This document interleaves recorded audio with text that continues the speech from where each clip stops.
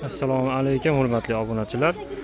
Xo'p, Asaka Tepa bozor Asaka Cityga yetmasdan yangi domimiz bor edi. Ash dom pomni hammasini birinchi etajdan 4-5 etajga qadar hamma mebelini olganmiz.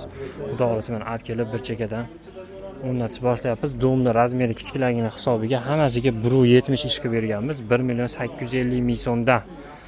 Kimga shunaqa domga deydimi, agar mana bu quruvchi akalarimizga ham kimga shunaqa optim bo'ladimi, bir donaga bo'ladimi mebellar kerak bo'ladigan bo'lsa, pastda nomerlar qoladi, bemalol aloqaga chiqarasizlar.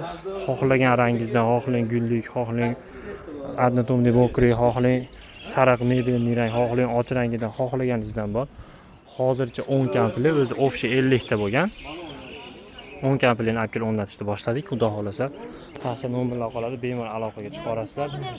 Magazin bo'ladimi, foydalanadigan xohlaganingizda qabul. Ishlarimiz soni cheklanmagan, o'ta ham ko'pdagi mol. Xudo xolasa, bemalol aloqaga chiqarasizlar.